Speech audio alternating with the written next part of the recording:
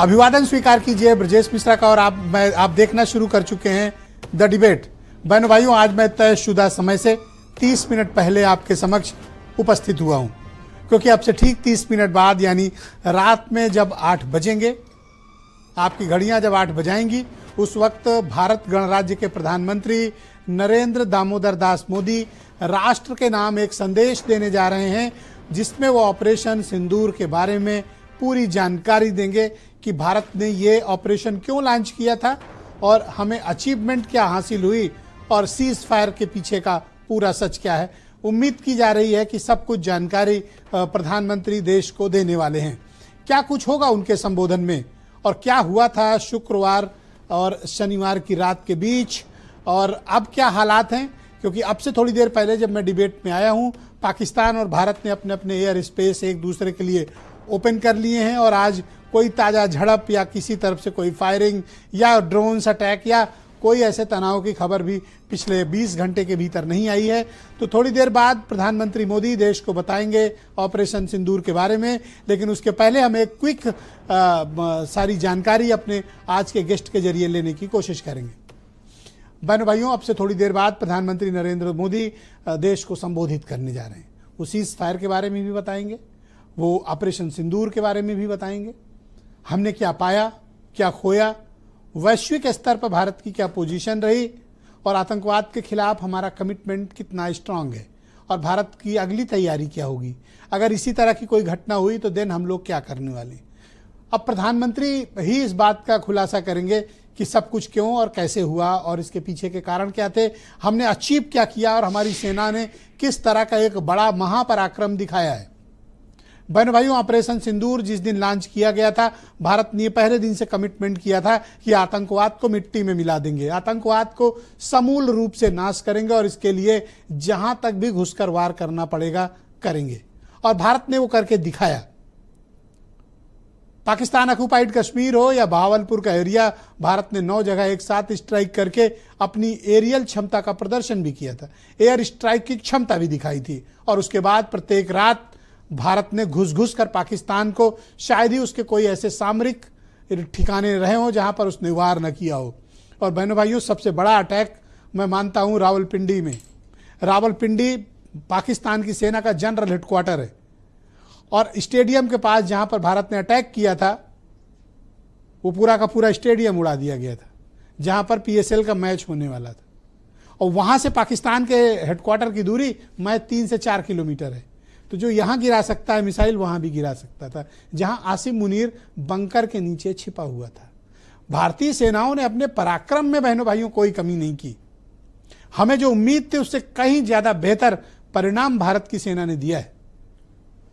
लगातार पाकिस्तान को उन जगहों पर घुसकर मारा है कि कल्पना ही नहीं की जाए। आज तक पाकिस्तान इतना मार भी खाया नहीं होगा। दुनिया के स्तर पर भले ही प्रोपोगेंडा चल रहा हो, चाइना भले ही खुलकर पाकिस्तान के साथ हो, टर्की भले ही खुलकर साथ हो, अमेरिका की भूमिका को लेकर सवाल हो, लेकिन बहनों भाइयों, भारतीय वायुसेना ने और भारतीय फोर्सेज ने इतना मारा है इनको, इनके 3 एयर बेस पर अटैक किया है। एयर बेस पर अटैक मामूली बात नहीं होती। वहीं आपके सारे आयुध मटेरियल और वहीं पर आपके फाइटर प्लेन्स और सारी वेपनरी वहीं पे होती है। उन 3 स्टेशंस पर एक साथ अटैक करके भारत ने ये दिखा दिया कि तुम्हें यहां तक भी घुसकर मार सकते हैं। अब इसके बाद इस्लामाबाद और कराची ही था और हमारे पश्चिमी बेड़े ने कराची को घेर रखा था। एक आदेश मिलता, कराची फिनिश्ड। लेकिन भारत ने संयम का काम किया। वैश्विक स्तर पर जो हमारी गंभीर इमेज है, हमने उसे भी प्रोटेक्ट किया है। बहनों भाइयों, युद्ध किसी बात का अंतिम विकल्प नहीं होता। मैं ये मानता हूं मिलिट्री का काम युद्ध लड़ना, और कोई भी युद्ध पॉलिटिकल लॉजिकल रीजनिंग के साथ उसका समापन होता है। वो एक राजनीतिक निहितार्थ के बाद, एक राजनीतिक हल के बाद कोई भी युद्ध हो वो खत्म होता है। और वो राजनीतिक हल कौन निकालता है? पॉलिटिकल लीडरशिप निकालती। राष्ट्रपति ट्रंप ने शनिवार को 5:36 पर ट्वीट किया कि भारत और पाकिस्तान के बीच समझौता हो गया है, सीज फायर हो गया है। तब तक देश को पता नहीं था, दुनिया को भी नहीं पता था कि सीज फायर हो गया है। लोग शुक्रवार की रात पाकिस्तान की गई बदमाशियों के जवाब के लिए शनिवार की रात पूरा देश इंतजार कर रहा था कि आज तो चांदनी होगी पाकिस्तान में, और इतनी चांदनी होगी कि ये निकलने नहीं पाएंगे। लेकिन शाम को जब ऐलान हो गया तो उसके बाद हमले रुक गए हैं।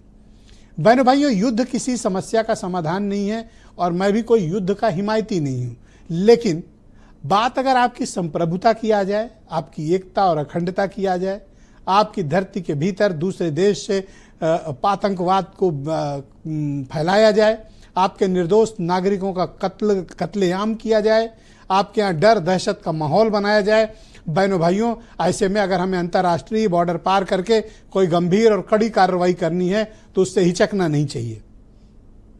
क्या अमेरिका अपने हितों की रक्षा नहीं करता है?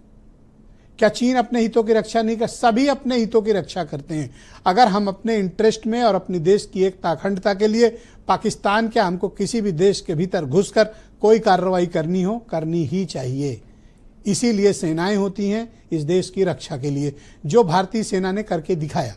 मैं चाहता हूं कुछ स्टेटमेंट सुन लें। आज कहने को तो बहुत बातें हैं बहनों भाइयों, लेकिन थोड़ी देर में प्राइम मिनिस्टर को भी बोलना, और मैं चाहता हूं कि एक्सपर्ट लोगों की बात आप सुन लें। पीएम की स्पीच के बाद हम इस पर चर्चा को आगे फिर बढ़ाएंगे, लेकिन मैं चाहता हूं कि पहले कुछ स्टेटमेंट सुन लें आप। पहलगाम तक पाप का ये घड़ा भर चुका था। जो दुर्दशा कल आपने पाकिस्तान एयरफील्ड्स की देखी, और शायद आज भी एयर मार्शल भारती की प्रेजेंटेशन में, हमारी एयरफील्ड्स हर प्रकार से ऑपरेशनल हैं। यही नहीं, पाकिस्तान के ड्रोन्स और वेपनाइज्ड यूएवीज से की गई हमलावर कोशिशें भी इस ग्रिड के कारण नाकाम हुई। हमारी लड़ाई आतंकवाद और आतंकवादियों के खिलाफ थी, पर अफसोस इस बात का है कि पाकिस्तानी सेना ने आतंकवादियों का साथ देना उचित समझा और इस लड़ाई को अपनी लड़ाई बना ली। इस परिस्थिति में हमारी जवाबी कार्यवाही अत्यंत आवश्यक थी, और इसमें उनका जो भी नुकसान हुआ वे खुद इसके लिए जिम्मेदार हैं। बहन भाइयों, इस कार्यक्रम को हम शुरू करेंगे। मनीष शुक्ला उत्तर प्रदेश में बीजेपी के प्रवक्ता हैं, अंशु अवस्थी कांग्रेस कमेटी के प्रवक्ता, मेजर जनरल अजय चतुर्वेदी हमें ज्वाइन करेंगे, कमोडोर विजय रावत जी जाने माने डिफेंस एक्सपर्ट हमें ज्वाइन कर चुके हैं, कर्नल आरपी सिंह जाने माने एक्सपर्ट डिफेंस के हमारे साथ इस कार्यक्रम में हो, वीरेंद्र सिंह जी हमारे स्टेट हेड। बहुत शुक्रिया और धन्यवाद आप सभी का। मैंने पहले क्विक पॉलिटिकल ऑब्जर्वेशंस ले लेते हैं मनीष शुक्ला से। मनीष जी, हमने क्या